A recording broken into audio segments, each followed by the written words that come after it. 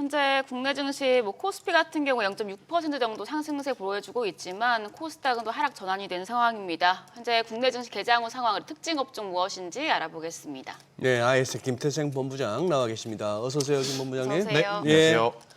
오늘 고만고만한 날이긴 합니다. 지금 그 전에 우리 장 살피기 전에 김 본부장 보시기에 어떻게 미국 장 이제 11월 이후에 조금 이렇게 조정장 완전 마무리된 걸로 보세요. 어떻게 보세요?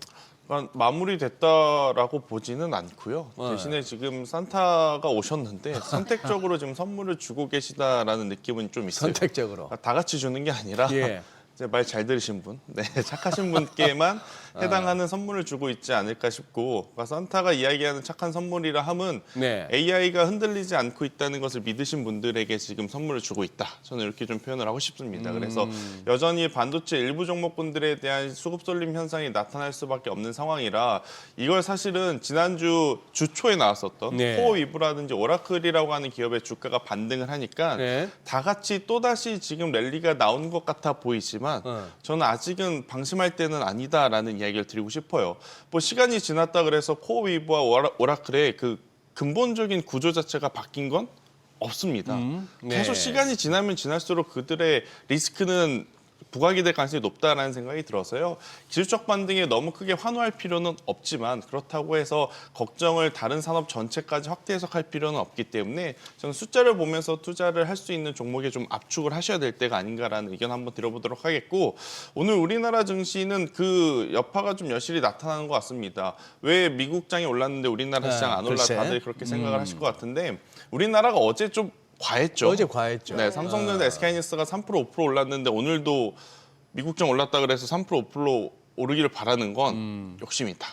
그리고 이제 내일 모레 또 휴장인데 내일 모레 쉬시죠. 휴장인데. 네, 그리고 가장 큰 문제는 아마 다들 좀 보고 계시겠지만 원달러 환율이 이렇게 되면 기술적으로는 1,500원 한번 위로는 좀 솟았다가 내려올 가능성이 저는 높아 보인다는 생각이 들어서 그 구간의 시장의 프로그램적인 발작적인 변동성은 조금 유의하셔야 되지 않겠나라는 의견 드려보도록 하겠습니다. 그래요. 네. 너무 처음부터 무거운 이야기를 드렸네요. 아니, 네. 아니. 네. 아니 오늘 이제 조선하고 로봇주 올라가는데 네. 로봇주는 계속해서 최근에 주목받는 모습이었고 조선 쪽은 어떻게 보세요? 일단 간밤에 저 트럼프 행정부 쪽에서 프리기탐이라고 하는 건조 이야기가 좀 나왔습니다. 그러니까 대규모 이제 대형 함정의 건조 이야기가 나오다 보니까 이걸 만약에 수주를 하게 되면 그 함정을 밖에서 제작해서 안으로 들어갈 수는 없거든요. 그러면 미국 내에 있는 기업들을 지금 이용하겠다라는 게 트럼프 행정부의 목적인데, 그래요? 그러한 기준으로 본다면 당연히 하나오션이 지금 가장 또 핫할 수밖에 없는 그 상황이고, 휠리조선소? 그렇죠. 또 이제 여기에 엮여 있는 게 그럼 MRO 쪽을 하는 기업이 어디냐라고 네. 하면 HD현대중공업을 선택을 할 수밖에 없다 보니 오늘 다른 섹터들 대비해서 지금 조선주들이 올라가는 모습을 좀 보이고 있는데, 일단 조선주들은 저는 이러한 뉴스 때문에 한두 번 움직이는 거에 현혹될 게 아니라 두 가지를 꼭 보셔야 될 것 같아요. 첫 번째로는 신조선가. 두 번째로는 중고성가. 그러니까 근본적으로 제가 계속 본질에 대한 이야기를 하고 싶은 게, 작년 이맘때부터 올해 상반기까지 조선주들이 움직였던 이유는 뭐냐면 슈퍼 사이클에 들어간다라는 이야기를 우리가 엄청나게 많이 듣고 했지 않습니까? 네. 그 기준은 신조선가가 올라간다라는 전제가 깔려 있습니다. 그러니까 배 가격이 올라간다라는 걸 전제를 깔고 예. 여기에 수요가 이제 높아지다 보니, 그러면 많이 비싸게 팔기 때문에 조선주들의 주가가 올라가는 것이 합당하다라는 이야기를 했는데, 만약에 이 신조선가 혹은 중고성가가 올라가지 않는다면 그 논리가, 전제가 좀 깨지게 되는 상황인 거거든요. 근데 그게 조금은 답보 상태에 빠져 있는 상황이었고, 이걸 이제 뉴스 몇 가지로 조금 이제 기술적 반등이 나오고 있는 상황인데, 여기에 우리가 현혹될 필요는 없다. 그러니까 근본적으로 계속 신조성가와 중고성가를 좀 추적을 하시는 게 맞지 않을까라는 의견 한번 드려보면서, 저는 사실 어제의 상승이 좀 특이했던 거지. 어제 좀 의아했어요. 그리고 오늘의 하락이라든지 오늘의 쉬어감이 또 이상한 것은 아니거든요. 그래요. 그러니까 일반적인 거다라고 네네. 좀 보시면 될 것 네. 같아서 네. 너무 하루하루 움직임에 의미 부여할 필요는 없겠다라는 의견 드려보도록 하겠습니다. 그래요. 그리고 김 본부장님, 네. 이 부분은 뭐 어차피 우리 작가가 또 질문지에도 보냈습니다만 네. 제가 요즘 제일 이렇게 개인적으로 궁금한 대목이에요. 네. 아니 지금 정부가 이제 코스닥 살리기 위해서 전방위 대책을 추진한다 이런 얘기는 자꾸 들려요. 네. 뭐 상장하고 폐지 심사 이거 뭐 재설계하고 시장 신뢰를 높이겠다. 네. 이제 다 그렇게 뭐 뭔가 정책이 나오면은 나올 수 있는 그런 그건데 아니 제가 그거 한 거는 이러면은 사람들이 그래 속아줄게 하는 마음으로라도 한번 달라붙어 주거든요. 네. 처음에는 그 정책 약발 기대감. 네. 근데 이게 지금 잘 안 보여요. 왜 이래요? 근데 지금 사실 네. 밸류업 프로젝트니 주주하는 뭐 코스닥 정책이니 부모님이, 예. 뭐 코스닥만 한정해서 볼 것이 아니라 아, 전반적으로? 주식시장 전체적으로 굉장히 많은 이야기들이 짧은 시간 안에 많이 쏟아졌지 않습니까? 네네. 그런데 뭐 지키고 안 지키고 이거의 문제가 아니라 예. 그 다음에 진행되는 과정을 좀 살펴보면 조금 미진한 거죠. 그러니까 정부의 어떤 방향성은 이거였어요. 부동산보다는 금융시장에 조금 더 힘을 실어주겠다라는 이야기였습니다. 이건 제가 뭐 그렇게 이해를 해서 그런지 모르겠지만 일단 표면적으로는 부동산보다는 금융시장에 힘을 실어주겠다라고 해서 여러 가지 이야기를 했지만 아직까지 완벽하게 지켜진 것은 그렇게 많지 않다라는 거죠. 예. 지금 뭐 과도기 구간인 것을 감안을 해서 저희도 이제 지켜봐야 되지만 이미 그러한 약발은 소위 올 초에 좀 많이 나타났기 때문에 지금 시점에 새로운 이야기 혹은 우리가 생각한 것보다 더 강도 높은 규제가 있다면 모르겠지만 그렇지 않다면 많은 투자자분들이 이제는 그런 이야기 하나하나에 좀 넘어가셔서 매수를 하지는 않는다라는 의견 한번 들어보도록 하겠고요. 이건 저의 또 개인적인 생각인데 부동산을 규제를 했더니 금융시장 내에 또 부동산 관련주들이 움직입니다. 자산주. 그러니까 땅을 갖고 있다거나 글쎄. 예. 건물을 갖고 있다거나 예. 또 그런 종목군들이 최근 10월 달, 11월 달, 12월 달에 엄청나게 많이 또 올라온 그러한 상황임을 감안을 해보면 참 이게 중간에서 조절을 하는 게 힘들긴 하겠지만 강도 높은 좀 규제 아니면 그에 따른 페널티가 좀 부여돼야 돼요. 이게 자꾸 자율로 맡기니까 기업 입장에서는 할 것처럼 할 예정입니다, 할 계획입니다가 해놓고 이게 좀 늘어지는 게 가장 큰 문제일 것 같고 예. 만약에 정말로 빠른 개선을 목적으로 한다면 저는 일정 부분의 페널티는 조금 필요하지 않겠는가. 만약에 주어진 기간 안에 진행하지 못했을 때 그 기업들의 페널티가 부과해진다면 기업들도 굉장히 빠르게 뭐 자사주 매입 및 소각도 할 거고 아니면 앞서 계속 여러 가지 이야기가 나오겠지만 주가 조작 시에 원스트라이크 아웃 하는 것도 뭔가 대표 기업들이 한두 개 나와야 시범 기업들이 한두 개 나와야 조금 더 빠르게 활성화되지 않겠는가라는 의견 한번 드려보도록 하겠습니다. 네. 좀 궁금한 종목 네. 물어봐도 네. 되나요? 아니, 지금 그 한화 갤러리아 우선주요. 네. 오늘까지 해서 5거래일 연속 상한가인데 네. 이거 왜 이렇게 오르는 건가요? 일단 하나 갤러리아와 하나 에너지와 하나는 좀 지금 다 별개로 좀 보셔야 될 것 같은데 목적은 지금 시장에서 예상하기로는 한화 그룹의 주인은 한화가 아니라 한화 에너지라고 보거든요. 근데 한화 에너지 IPO를 할 가능성이 높다고 지금 많은 투자자분들이 생각을 하고 있는 것 같아요. 이 IPO를 하기 위해서 지금 그 삼형제 분이 현금을 지금 확보를 하고 있는 것이 아니냐라고 이제 많이들 생각을 하시더라고요. 특히 하나 갤러리아 같은 경우에는 파이브 가이즈라고 하는 이제 햄버거 체인을 가지고 있는데 이걸 투자를 해서 약 3배 정도 수익을 냈습니다. 그래서 하나 갤러리아 단독으로 움직일 만한 요소는 되지만 과연 그게 여러 번 상한가를 칠 정도의 뉴스가 될 것인가. 그러니까 200억을 투자해서 3배 수익을 번 것은 굉장히 큽니다. 그런데 지금 하나 전체 그룹사의 규모를 생각해 봤을 때 그 투자 수익 때문에 하나 갤러리아 우선주가 이렇게 막 몇 배 상한가를 가는 것은 현실적으로 명분이 맞지는 않는 것 같고 공교롭게도 지금 하나 에너지 관련한 IPO를 준비를 함으로써 삼형제분들이 지금 지분 확보에 좀 총력을 다하는 여러 가지 뉴스가 나왔기 때문에 하나 그룹주 내에서의 지금 굉장히 발빠른 움직임들이 나오고 있는 그러한 상황인데 저는 이런 뉴스라든지 이런 흐름들을 보고 개인 투자자분들이 하나 갤러리아 그럼 나도 지금 투자를 해볼까라는 생각은 좀 안 하셨으면 좋겠습니다. 그러니까 손이 빠르면 상관이 없는데 이게 자칫 대응이 잘못했을 경우에는 다시 못 본 가격대에 굉장히 오랜 기간 또 머물러 있을 가능성이 높거든요. 그래서 이런 부분들은 저는 조심하셨으면 좋겠고 결국엔 포인트는 한화 안에 에너지 부분과 방산 쪽에 굉장히 힘을 주고 있다는 것이기 때문에 방산을 본다면 하나 에어로스페이스, 그리고 에너지를 본다면 최근에 저는 하나 솔루션과 같은 기업들 한번 보시는 것도 괜찮지 않겠나라는 의견 드리겠습니다. 야, 그러고 보니 한화에너지 진짜 오랜만에 듣는다. 듣죠. 이거 옛날 저 경인 여수에 있었던 그 복합발전소였습니다. 네. 지금 그런 한화에너지가 그러면 일종의 그거예요? 주인 홀딩스죠. 홀딩스예요? 네. 그 밑에 한화가 있고 한화가 그다음에 있고. 한화 계열사들이 쭉쭉쭉 있고요. 저 인천 쪽에 뭐 있지 않았어요? 그 탱크도 있고 한 게 한화가 아니었습니까? 그게 SK일 겁니다. SK 네, 거예요. 네. 아, 그렇구나. 아니 근데 지금 이게 4거래일 연속 상한가 했다고 어제 투자 경고 종목으로 지정되기도 했는데 네. 요즘 부쩍 왜 이렇게 투자 경고 종목 이 얘기가 왜 이렇게 부쩍 나옵니까? 그러니까 이게 그럴 수밖에 없는 게 네. 지금 우리가 4개월 전만 하더라도 종합주가 지수가 3,000포인트 밑이었습니다. 그렇죠? 이게 굉장히 오래전 일이 아니라 그러네. 지금 예. 4,000포인트가 예. 굉장히 또 익숙해졌지만 우리가 몇 개월 전만 하더라도 왜 3천만 가보자 했던 네, 게 예. 2,800, 2,900대였지 않습니까? 네. 그때 대비 이제 주가들도 이제 많이 올라왔고 그러다 보니 거래량이 지금 문제가 돼서 조그마한 거래량만 붙었다 하면 상한가를 가고 또 그 거래량 때문에 지금 투자 경고 종목들이 많아지는 여러분들 아마 SK 하이닉스도 최근에 겪어보셨을 거예요. 아니 뭐 시가총액 10위권 밖의 종목군들은 그렇다 치지만 1, 2위 종목군들 중에 하나인 SK 하이닉스까지도 투자 경고 종목이 글쎄. 붙을 정도로 예, 지금 예. 수급의 변동성이 굉장히 큰 상황이다 보니까 이런 것에 처음에는 아마 다들 이제 반응을 하셨던 것 같습니다.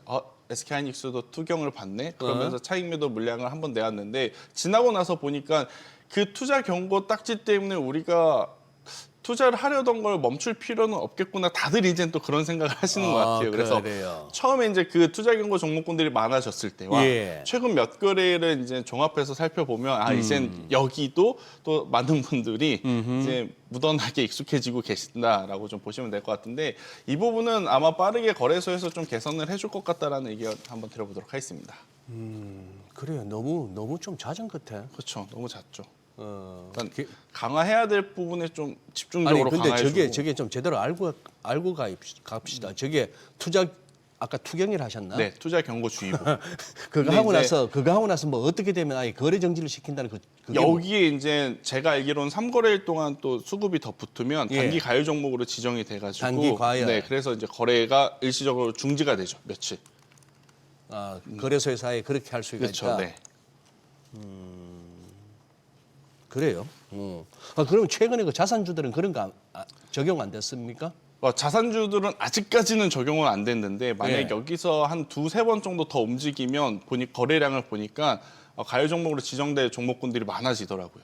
이거를 이건 그냥 저의 개인적인 느낌입니다. 그것들을 좀 조절을 해서 사고 팔고 하시는 분들이 좀 있는 것 같아요. 큰 돈을 굴리시는 분들 중에 네. 여기서 이제 더 사면 과열 딱지가 붙을 수 있을 것 같으니 아하. 조금은 멈췄다가 이렇게 조절을 하시는. 근데 그 조절에 우리 개인 투자자분들이 또 당하는 또 그런 현상들이 나타나고 있는 것을 좀 보아해선 자산주들 공략하거나 품절주들 공략하거나 시가총액이 최소 3천원 밑에 종목을 공략하실 때는 소액으로 하시거나 저는 안 보시는 게 지금은 더 나을 것 같다는 의견 드리겠습니다. 네.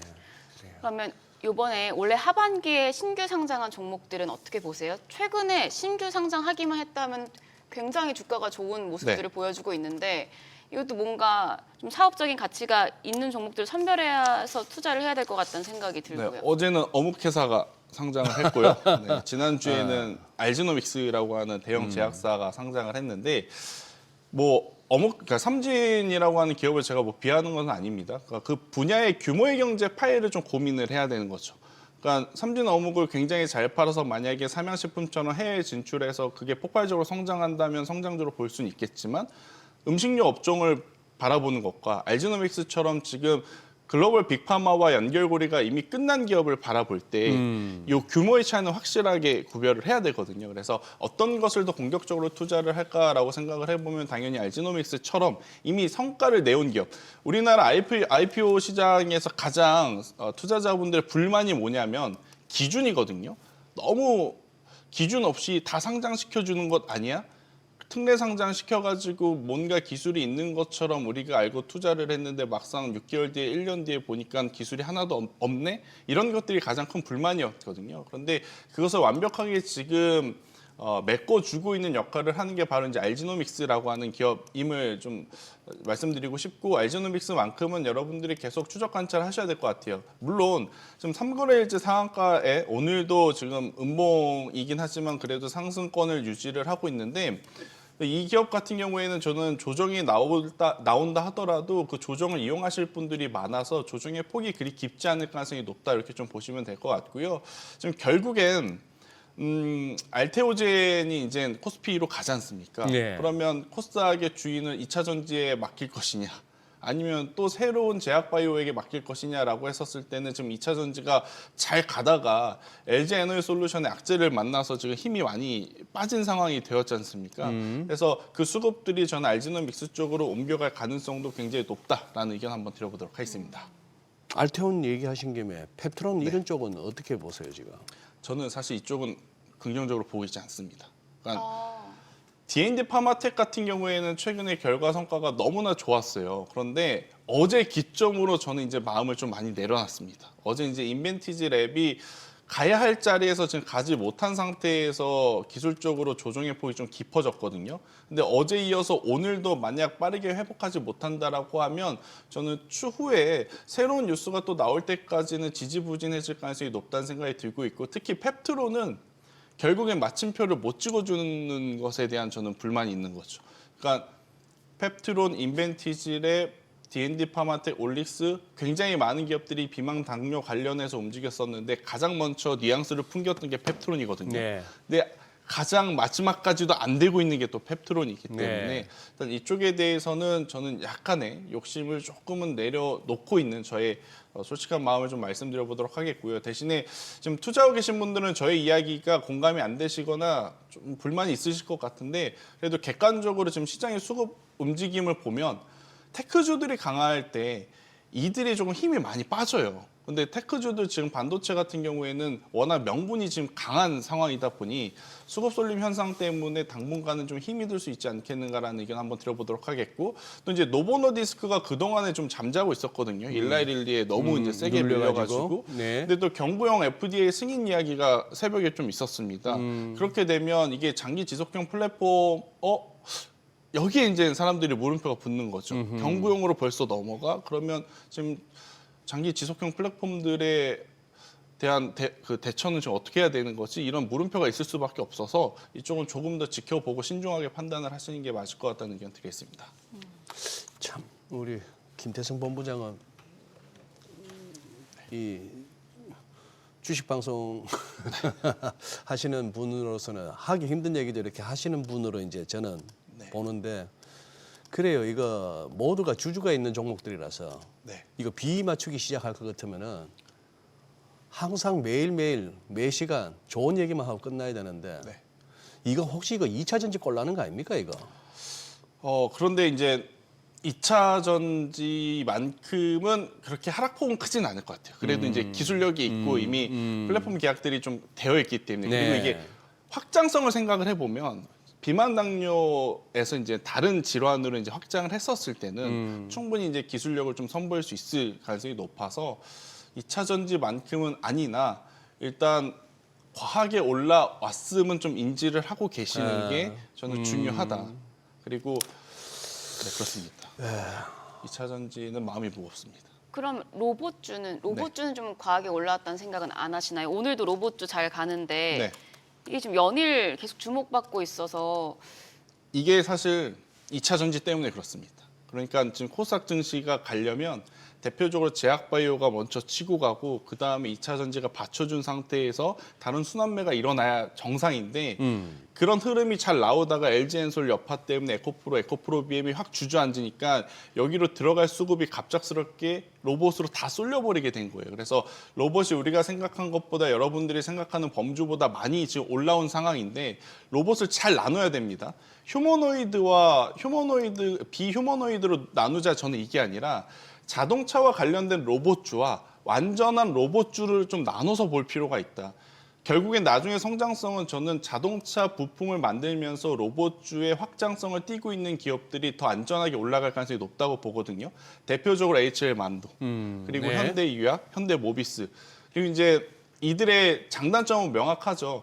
장점 같은 경우에는 기존의 사업부가 돈을 잘 벌고 있기 때문에 혹시 모를 로봇에 대한 고평가라든지 여기도 이제 고점 논란이 나온다 하더라도 우리는 자동차 사업부가 돈을 잘 벌고 있어라고 하는 명분들이 있습니다. 근데 반대로 단점은 뭐냐면 두산 로보틱스라든지 레인보우 로보틱스라든지 이런 휴머노이드 로봇이 완제품을 낼 때 이들은 완제품을 내는 게 아니라 부품만을 생산을 하기 때문에 상대적으로 상승 탄력이 좀 떨어질 수는 있다라는 건데 지금은 많이 올라온 상태에서의 접근성에 대한 고민을 하실 때라 저는 뭐 레인보우 로보틱스, 두산 로보틱스 그들의 기술력이 안 좋다라기보단 그래도 재무적으로 안전함을 본다면 자동차 쪽에 엮여 있는 로봇주들이 더 좋은 모습을 보일 가능성이 높다. 이게 1번 포인트고요.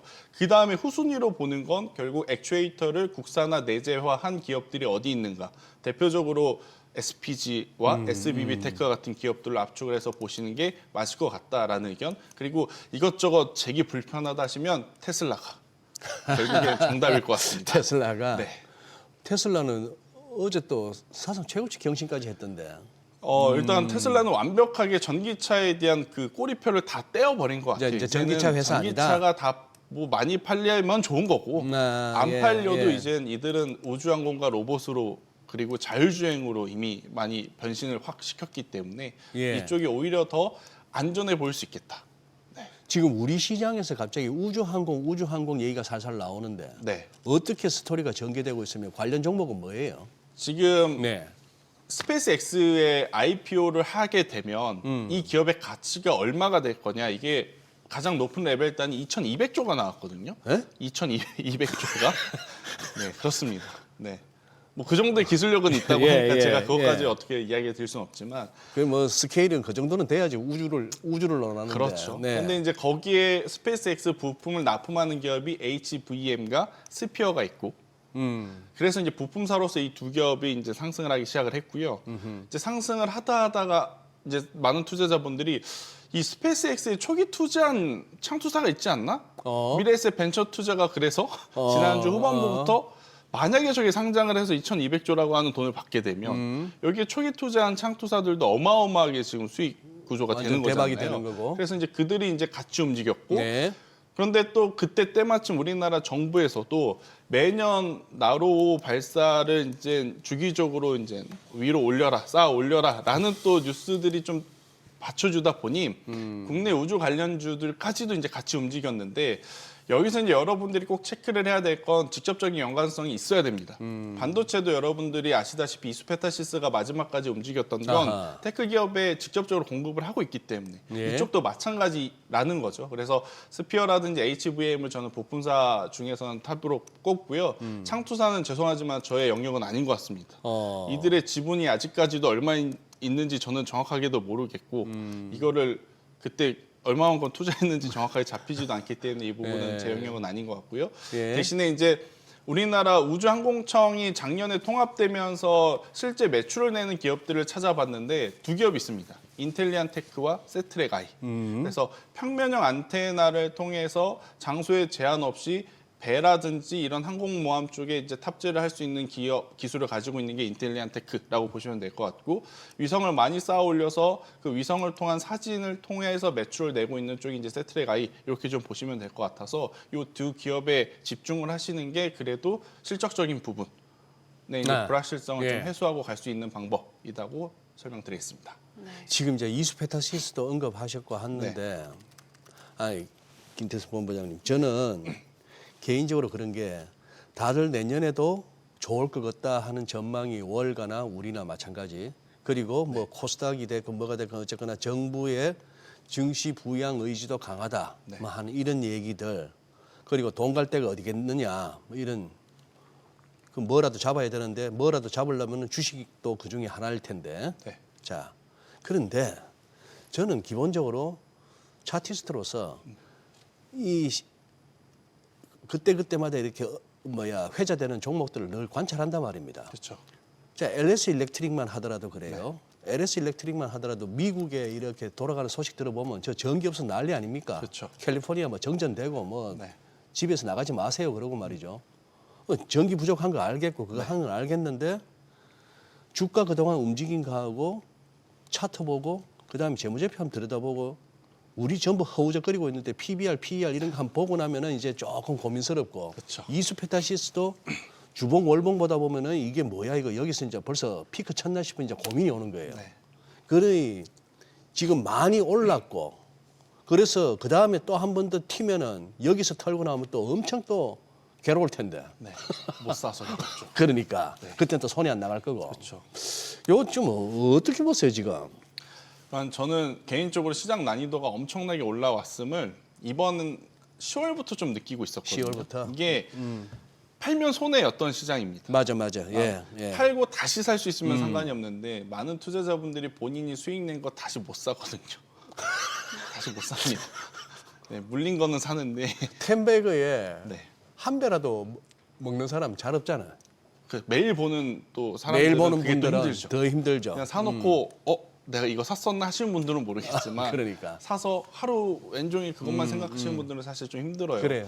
그런 시장의 흐름이 연속돼서 좀 어렵긴 하지만 방향성은 걱정하실 필요는 없는 것 같아요. 방향성은. 다들 좋다 하니까. 하지만 이 안에서 우리가 좀 고민을 해야 볼 건 종목에 대한 고민 그리고 타이밍에 대한 고민.